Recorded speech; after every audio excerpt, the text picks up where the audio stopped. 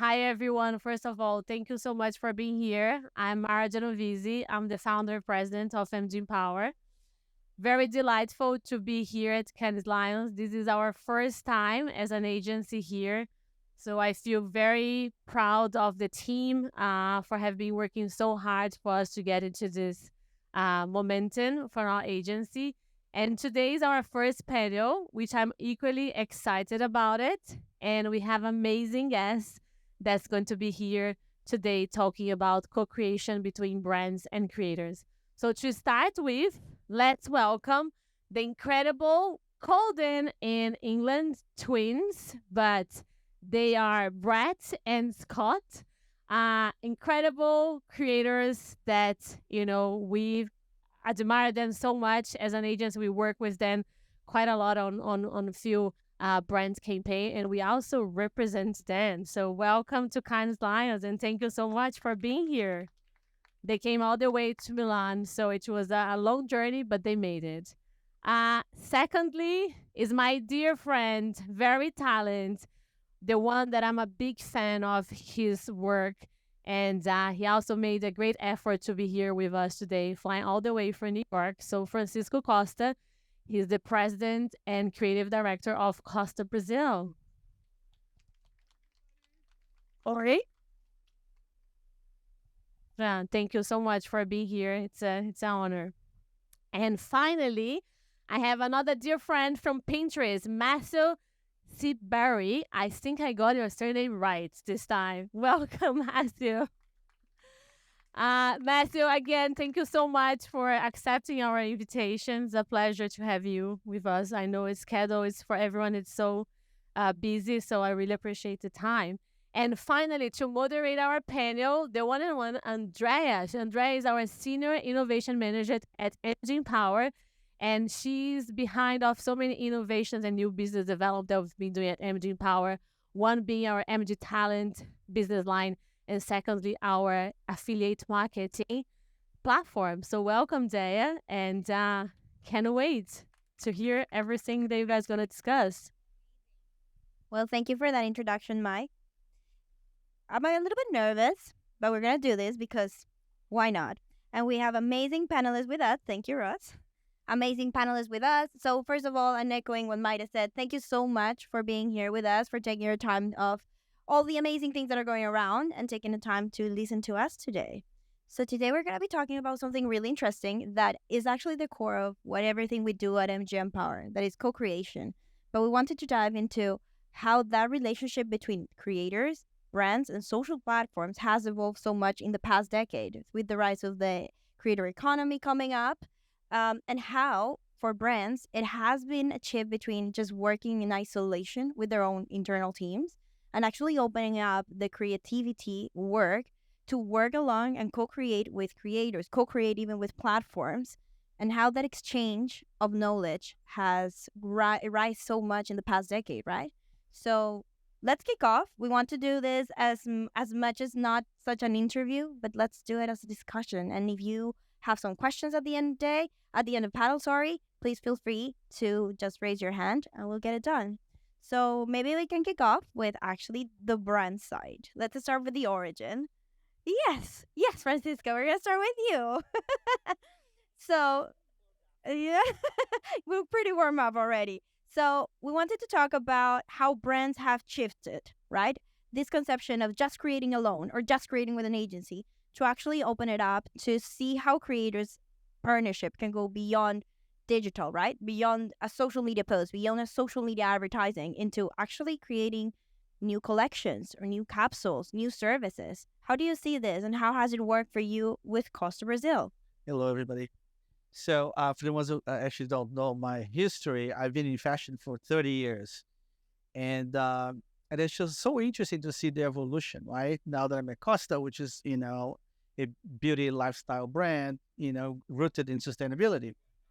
So I always, one of my first uh, when I came to Calvin, Calvin was just a perfect brand, right? There's nothing there. It was very intimidating to be the realm of such an incredible brand because I always thought it was actually was very perfect. And But I could see that something was happening in the marketplace, which is really, the co-creation. And then we started really, at 10 years ago, basically, even more than 10 years. I was there for 14 years, you know, evolving the community more and more. So, I mean, the Hollywood community was very big, and I remember Chiara Ferragni, for instance, was the first, you know, co-creator, influencer that came into our play as well. I took her to the Met Gala and was what have you. And that was like the pivotal moment of the change for me, as a professional working in a fashion company, that sort. Today, I find that a lot more, maybe because we just learn as we go along, that sort of unilateral collaboration it feels very different today, because today the collaborations in which we engage with is a lot more meaningful, and that's really the greatest thing. Everyone that we actually work with, co-create with, they understand what we do, they love the brand, they have full visibility in what we do, but also they have full freedom to do whatever they want to, because I think that's the magic of co-creating. So we have been very successful. Our first, co-creation in terms of branding was with a brand called Pangaea. Pangaea was just coming out, and it was such a magical moment seeing that brand coming out with such a strong, passionate, and vision. It was very inspirational to me. As I'm also, um, starting this brand. By the way, the brand is Costa Brazil, and so it was really wonderful, and it paid off in such a great manner, because it gave us a lot more for people that didn't know who we were. It became a stronger. It just became we became stronger by collaborating with them. And after that, so many more, has come about, and in a very organic way. We just did something last year with Candace. Candace is like 16 million followers. She absolutely loved, our brand. She just wanted to be part of it. And again, all of a sudden we're creating content. All of a sudden we're creating campaigns, and and we didn't want it to stop. So it wasn't one deal. It was just like really creating a partnership here that would take us, a long term together. And that's the magic of Costa Brazil and the people that we want to work with. Last week, we had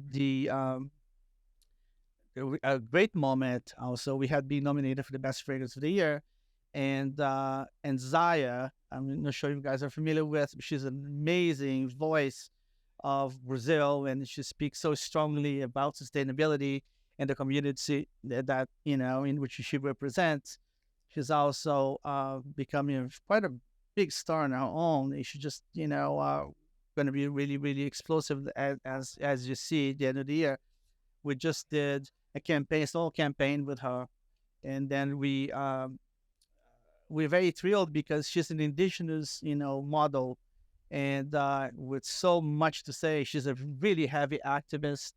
So for us, it's like hitting the jackpot. Again, it's just examples of things that we've done in the past.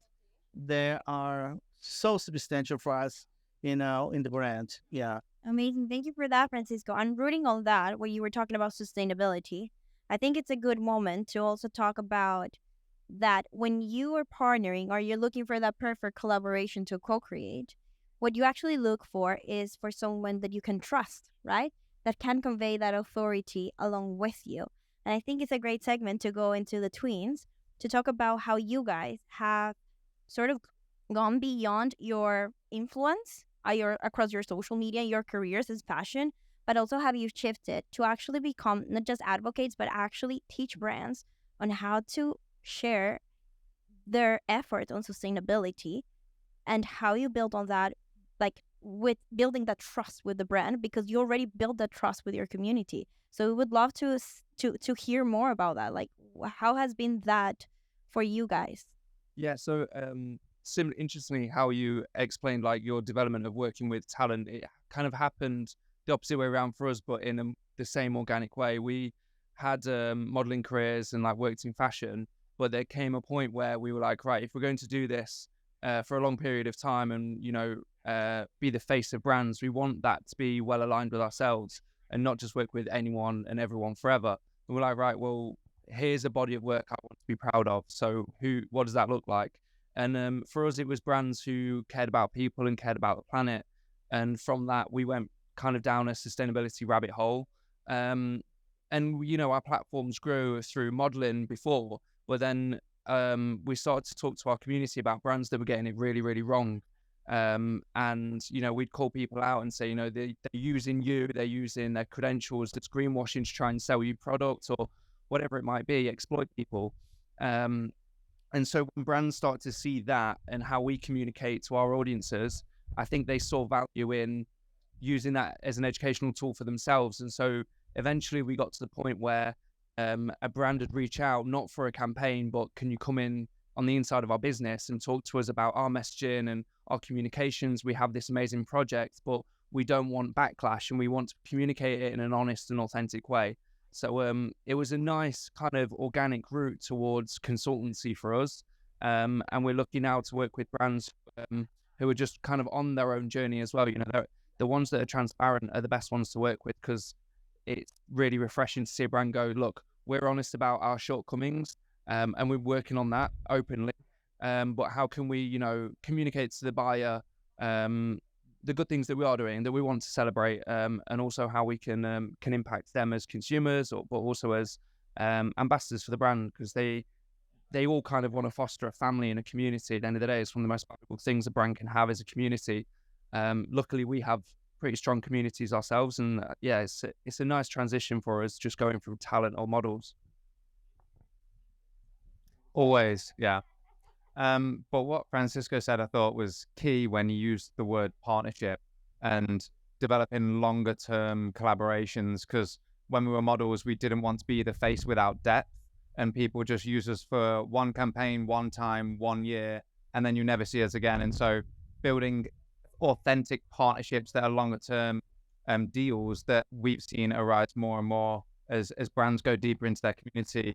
The brand also goes deep with their ambassadors and the people that they work with. So for us, it's all about the longer term goal and slowing things down. Actually, when you talk to your consumers, it's about building the story, so then loads of product. Like Francisco said, like the talent now, it's not just we need like a tall guy with dark hair and blue eyes, and that's good. We want like Bretton Scott specifically. We want Paloma Elsesser specifically, her, because of what she stands for, and that's intertwined with our brand. So that's why it might not be like an amazing Jennifer Lopez level superstar, but it's someone who's really specific and gets it. That's when it creates a more meaningful partnership between brand and talent. Exactly, the purposefulness, right? The purposefulness needs to be there. The match between values, the match between the purpose of why are we doing this? Why am I creating this across my social? Why am I creating this across my brand? And I think it's a good moment to have the perspective from the social platforms. So Matthew, I would love to hear your thoughts around that and how even the social platforms have used that aspect of co-creating with creators, co-creating with brands, listening to them on what are consumers saying to inform what platforms are offering for them to push forward their influence, to help them grow through the creator economy. Thanks very much. So many of you will know, obviously, like what Pinterest is and what it's about, but Pinterest is all about intention and inspiration, right? So we're all about helping people achieve their dreams, their goals. So in terms of kind of social platforms, we sit very, very uniquely. We don't take part in this race to the bottom of your brainstem in terms of kind of pushing you content and keeping you on platform. What we want you to do is to come onto Pinterest with an idea, a vision. We're here this week as the kind of manifestival. So come with manifestation and plan it and really think about what you want. Take control and kind of engage with that content, and then get off the platform and go and do it. Right? That is really, really important to us. And what ultimately it means is that people on Pinterest are people they're doers. Okay. The people on Pinterest tend not to be just mindlessly kind of browsing. They're there because they have an intention to do something. So actually, the space for creators on Pinterest is huge. Creators as well in social media, every single one of us will flick through Instagram stories, TikTok, whatever, will laugh at comedians and whatever else. I do it just as much as the next person. I enjoy it. But where it's different on Pinterest is that these creators, these influencers and things like that, they're there to help you achieve something. They're not there to entertain you. That's really, really important part of what Pinterest is. So if we look at the kind of wider social media environment and that kind of creator economy, there is a lot of opportunity for brands to engage with fantastic creators. However, what I would say right now in the world that we're living in, we're facing a lot of economic challenges ahead and things like that. Brands' budgets are reducing when it comes to advertising, working with creators, all that sort of thing. A lot of brands are moving further down the funnel in terms of they just need to sell stuff. They've got to shift things because they've got to make money, right? Ultimately, that's the sad reality of it. What creators are fantastic at on social media is driving awareness, right? They do a brilliant and unique job of doing that. Ultimately, they're the ones who give you that niche and nuanced voice in a smaller market that maybe you as a brand don't fully understand. But that creators community is kind of niche and truly understand and can speak to kind of what that creator is about. So for brands working with creators like that, it's so valuable because you're speaking to a community that is very specific. Now, as we see brands go lower funnel and they look at trying to shift more product and whatever else, ultimately what that tends to mean is that creators kind of stop getting looked at so much unless there is a creator they think can shift merchandise. That being said, actually, when you work with creators on Pinterest, they're doing so much in helping people. Ultimately, they're giving you an immediate kind of injection into a very, very active community. So this importance of working with creators on Pinterest is actually only growing, which is really, really exciting place to be. So I would say that to sum all of that kind of spiel, To recap, the creator side of things, many creators have to start thinking about what else they're doing just outside of commissions from brands, because that's not going to kind of be the same way it is moving forward. But brands also need to understand the nuanced kind of insight that creators have now. They're able to tap into such a level of insight of community that larger brands just aren't able to do. So my biggest thing, and if any of you here are brands or whoever else, is to think about your creators as your non-exec board members, right? Design a board of creators who you can go to and you can speak to and have them on your board talking about this nuance. So guys, like from a sustainability point of view, like brands need to have you as part of what they're doing because you're that direct line into a sustainable, conscious consumer. Sometimes brands can get so stuck in the clouds of what's going on that they don't actually really know what's happening on the ground, what people really care about. So there we are. No, I totally agree with that. I do believe more and more there are a lot of social listening tools out there, and great because they're super automated. They give us the skill that we need for brand research and understanding what competitors are doing, what people are saying about us.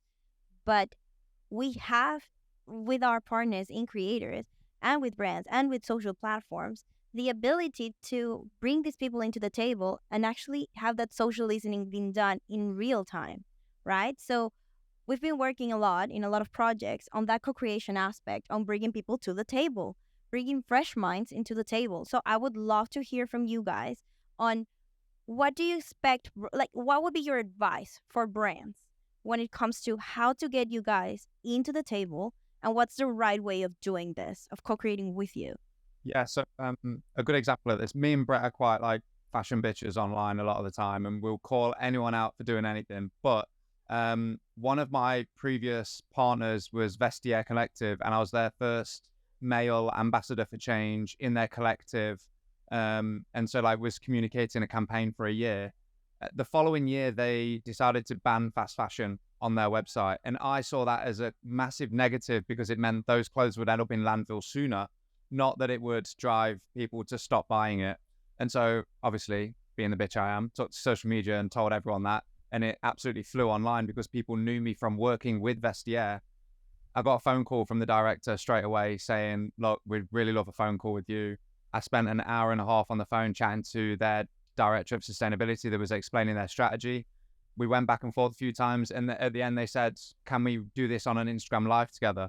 So be completely transparent that I had called them out, they'd called me, and we spoke about it the whole time, and just show people what their standpoint was, what my standpoint was. And that's why we worked together so well. And now I'm going to Paris for Fashion Week, and I've got a campaign with Vestiaire Collective next week. So that sort of bringing people in on the inside, letting them understand the story, is a stronger communication tool than like one campaign, one time, and all of that stuff that we spoke about previously. So I think bringing that in, and the education point as well, is knowing what to communicate to your consumer when, or to your audience when. A lot of brands are doing amazing things and are terrified to communicate it because of Brett, usually. But There you go, Brett. yeah, but to give us a call and like get us in from the start and say, look, these are our spectrum of sustainability things that we're doing, which ones and when and how and what platforms as well, is fundamental in my eyes, because you either do two things: you don't communicate enough and get called out anyway, or communicate too much and scare people. And fast fashion does an amazing job of terrifying people into sustainability by making this huge, complicated mess when actually it's really, really simple. It goes back to remaining purely creative and true to your values. And I can think we can go back to Francisco, because I think this is something that Costa Brazil does really well, being very authentic and true to your roots on where was the brand created and how you got that inspiration, collaborating not this time with creators nor platforms, but actually authentic people in the ground in the Amazonian forest that were actually the people inspiring you to create the brand. Well, I mean, it's a very haunting thing to think that we're doing a good job, because I don't think we are, right? I mean, it's like, it's hard as hell. And the more you try, I think the more difficult it gets, and more, it just gets stopped. You just question, and does this function, under the constraints of the business itself, So you always have to be compromising for the business, but you shouldn't, right? We shouldn't. But sometimes you're pushed, to do it, and that's the most unfortunate part of it all. So I think that's what actually really torments me every day waking up. Am I doing the right thing? But yes, I mean, the genesis of Costa Brazil really started in the Amazon. The brand was created. I mean, I had, my brand book, which was really gorgeous.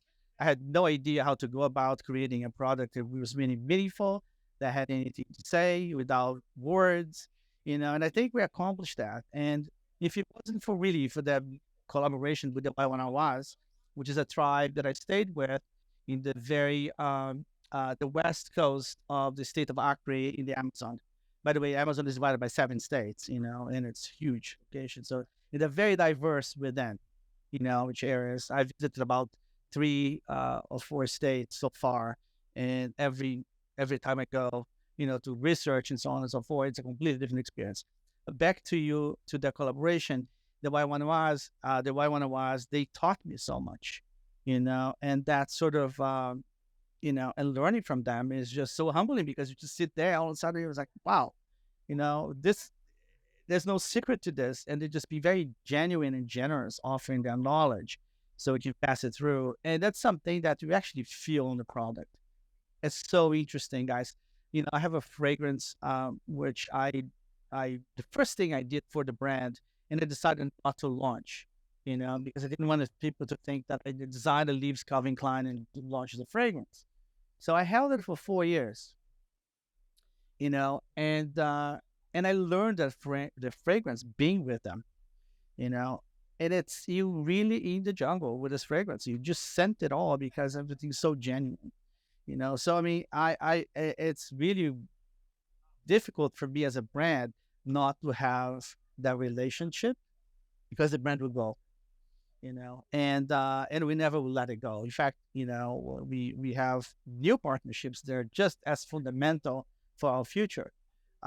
This February, I visited an area in which, completely different area, in the state of Pará, with 3 rivers come together, the Amazon River, and two other ones, name. And there was a little jewel of a town created by Henry Ford in the 1930s. He went to Brazil and he thought that he was going to be like the rubber guy. He's going to be exporting rubber, creating tires from all this latex that he actually extracted in the Amazon. So everything was so difficult because in the middle of nowhere that he abandoned the whole project. So the town still exists, and somebody that I was very fortunate to meet is a very young entrepreneurial guy with incredible spirit, and also very genuine. Revamped the whole area and got a grant from the government to actually protect it. So now the town exists. There are 48 families who lives in the area, which is a total example of how a bioeconomy can be sustainable and beautifully done. And he created something called Muka. If you guys have a chance, you should look online. Obviously on Instagram, MUCA, Muka, which is the Museum of Science of the Amazon. And what he does is really research, algae and venoms. So, two major focus within that area. But the beauty of it is that actually all 48 families are becoming a lot more, having a lot more of the ownership of the land, and really have become like citizens. Because a lot of the areas that you go, communities that you visit and what have you, you don't even know how to start to deal with them because they're not even registered. They're not even people. They're not like part of a community themselves. So this is an incredible organization we started, and we see a great future working with them. And so anyways, those are the greatest things. Those are the most difficult things because you have to make that collaboration real. You have to make that learning, worthwhile. But so far, we it's been a year that we're engaging with them, and we hope that will really help us, understand and learn more. Especially when it comes to water, because our brand is very much founded on green. It's the Amazon. You think of green, green, green, and this trip for me was all about the blues. It was just about water. So anything that related to water, became so relevant in my mind to the next step with a brand. And that's the magic, just learning by being, by visiting, and by, talking to them. And they have so much to say. Yeah, I think this brings us back to the element of what makes collaboration and what makes this evolution of creators, brands, and platforms happen so strongly now with the creator economy, that it's all rooted in that longevity of a partnership. And that longevity only gets done because of the trust, right? Of the trust that we build between brands, the trust that we build with our partners. I excuse the drop, but this is actually very important. As we became, I'm very close to Waimanawas, and it's like 11 tribes of the same ethnicity along this river. And I was terrified even to verbalize that I visited, how do I explain this relationship, could be taken in many different ways. So at one point I said, Tashkent, we actually have to put on paper, something here. I don't need to put on paper. If I have to put this on paper, we probably are not friends anymore. It's the trust. It's very unusual, guys, because it is trust, but also there's business attached to it, and there's questioning. So it's a fine line. But again, just to illustrate. Yeah, and I think it's a fine line, but I think it all combines when what we were talking about. When values, mission, and purpose align, it shouldn't be as hard because we're rooting for the same.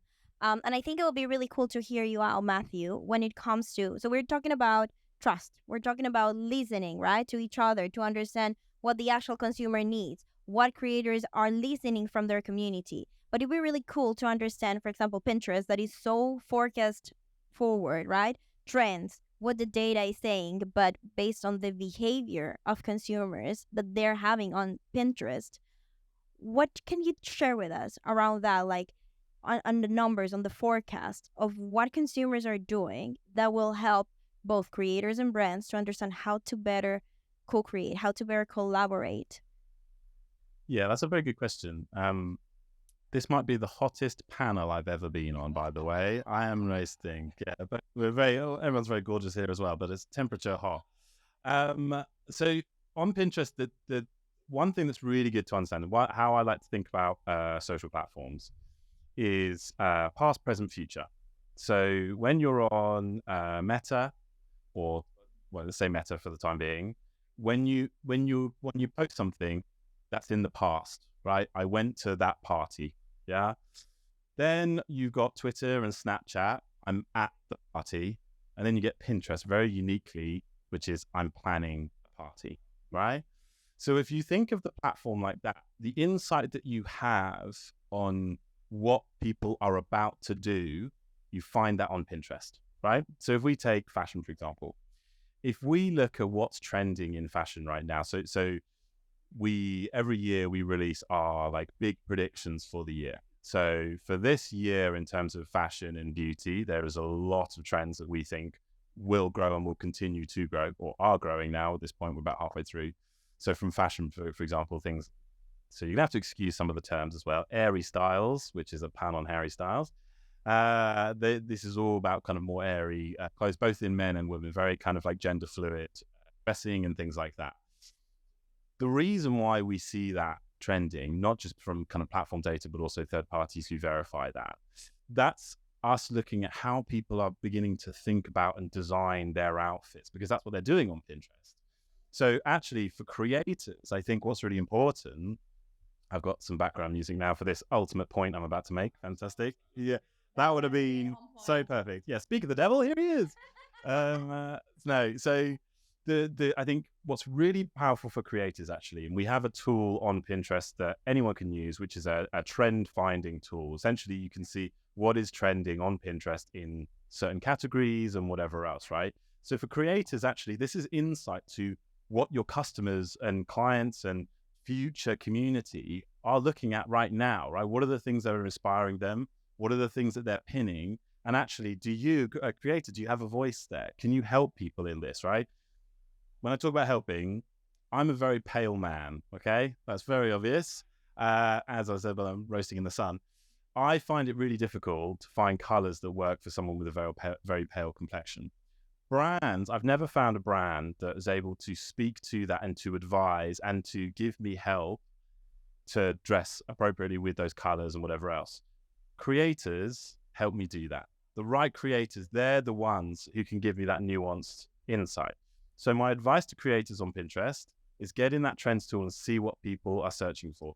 Pale male outfit inspiration. Okay, help me, please. For help. There's like For help. And then for brands, it's exactly the same thing, right? If you're thinking about creating campaigns, because ultimately for brands, you have so much to offer, right? In that beauty space, for example, right? It's your story is so inspiring, it's so exciting.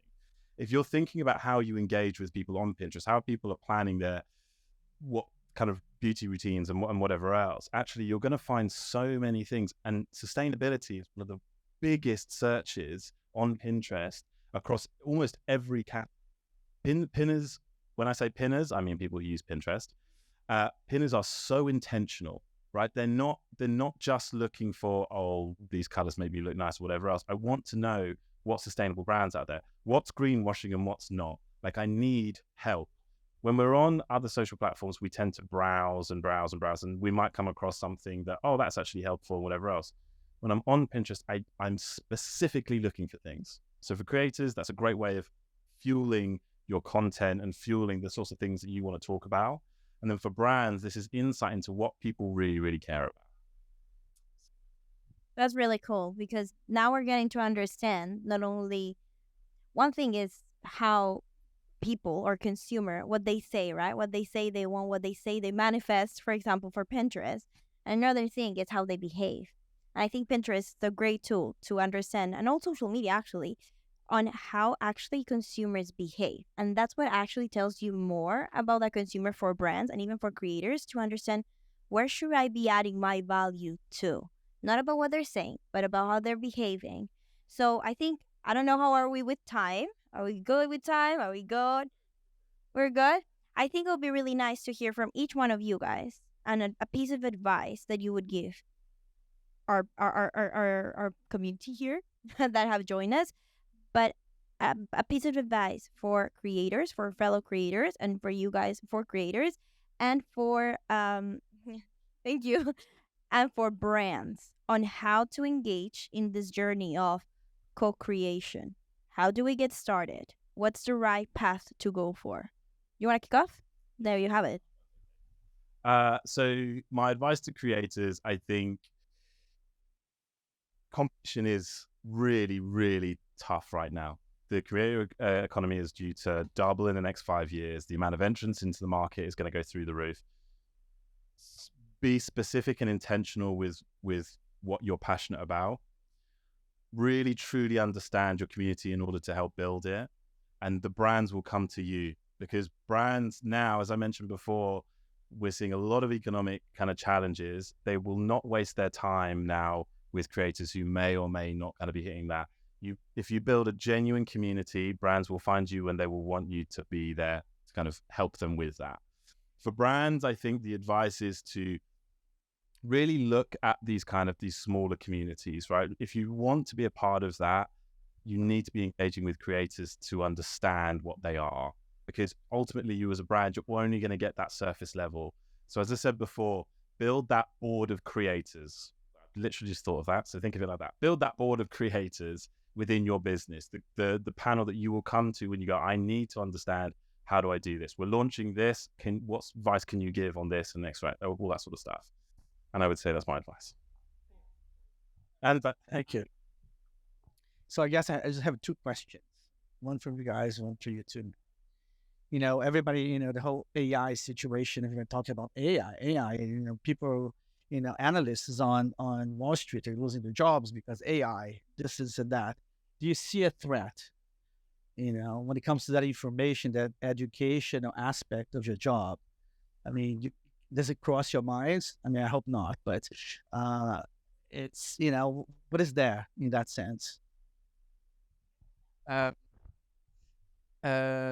It's really interesting to see like this growth, and even just this week in Milan, I've been to presentations that have like augmented reality, people trying to create virtual shopping experiences, and also for the last, I think maybe 4 years ago, I met the first 2 German guys who actually had a non-real life female influencer, which was very interesting and triggering at the same time.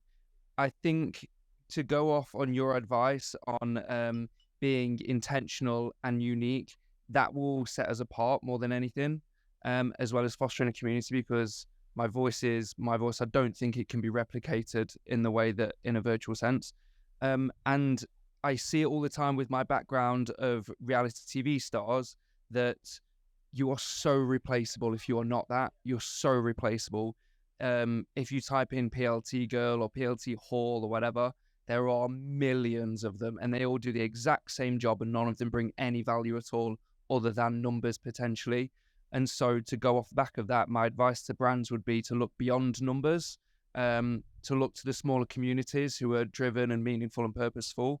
And that way you then have to place alongside capitalism, alongside money and profit and return on investments, you have to place of equal importance earth, people, fostering communities, and longevity, because these things should be what make your brand successful alongside the importance percentage-wise as making money is.